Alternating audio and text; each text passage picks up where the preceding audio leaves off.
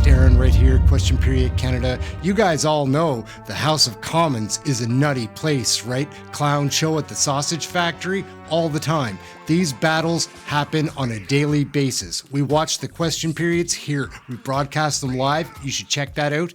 This is one of these nutty battles that go on in our House of Parliament. The Canada-China Committee in 2019 could have done exactly the same job as the ad hoc committee did, and we could have had the documents 3 years ago. The CSIS assessments released yesterday make it clear the PRC is and was actively recruiting top Canadian scientists to plunder Canada's research and intellectual property. The assessments also make clear that the PRC wants to weaponize this civilian research for military purposes against us and our allies. Knowing what we know now, will the government halt all collaboration between the Winnipeg National Microbiology Laboratory and any entities and individuals in the People's Republic of China? The Honourable Minister for Health. Well, thank you very much, Mr. Speaker. And I want to say that an attack on our national security by foreign nations, be it China or Russia, represents an attack on democracy and represents a direct attack on every member of this House.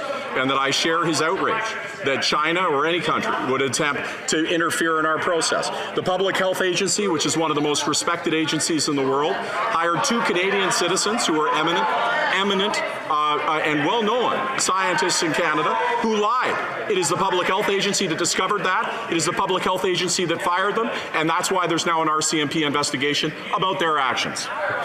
The Honourable Member from Wellington, Halton Hills. The documents, Mr. Speaker, reveal a shocking disregard for Canada's national security. They reveal a government that is completely asleep at the switch on national security and the machinery of government. They reveal government employees collaborating with Beijing's government and with the biological weapons unit of the People's Liberation Army.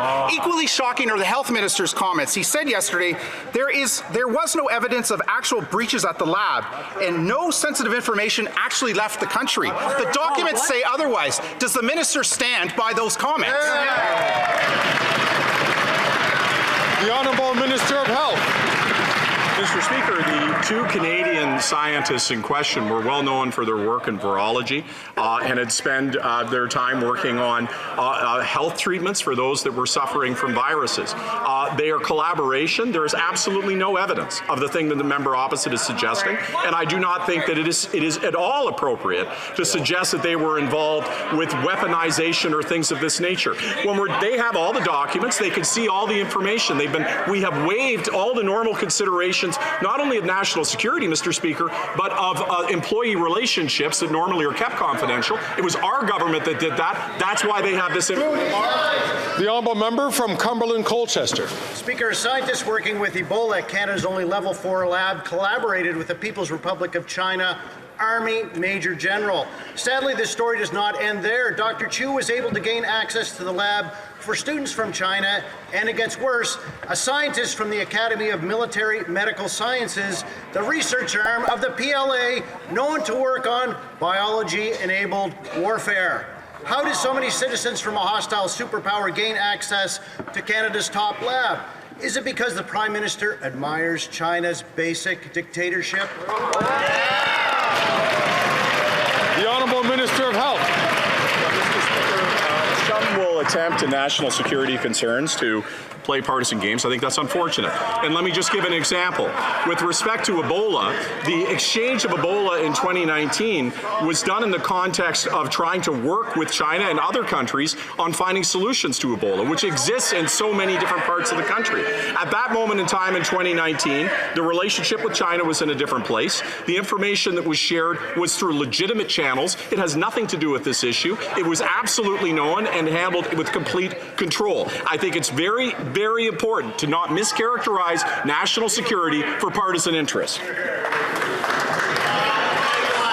I'd like to remind all members to ensure that they don't use language which would be unparliamentary directed at any of their colleagues.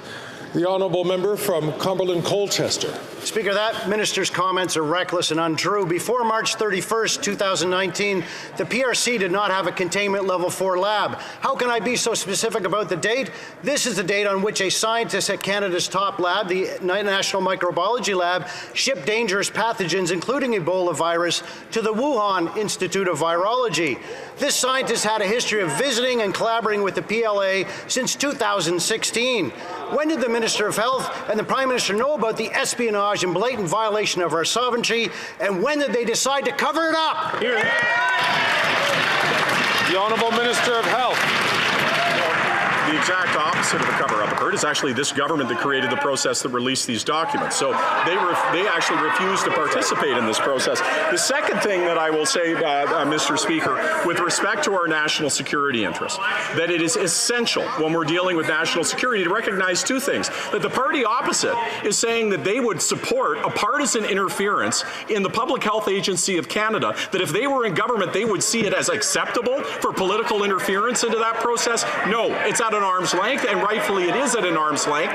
They are the ones that identified these Canadian citizens, these eminent scientists, were lying, and they took action.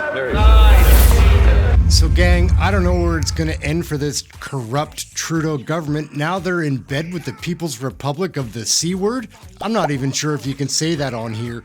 So what are we going to do about this? We desperately need an election. Tell you what, come join the gang. We watch the question periods live from the House of Commons every day that there is one. We make lots of other Canadian federal political videos as well, and some funny shorts. So check us out. You can subscribe. There's a button around here to press somewheres. Check some of our other videos. That's it.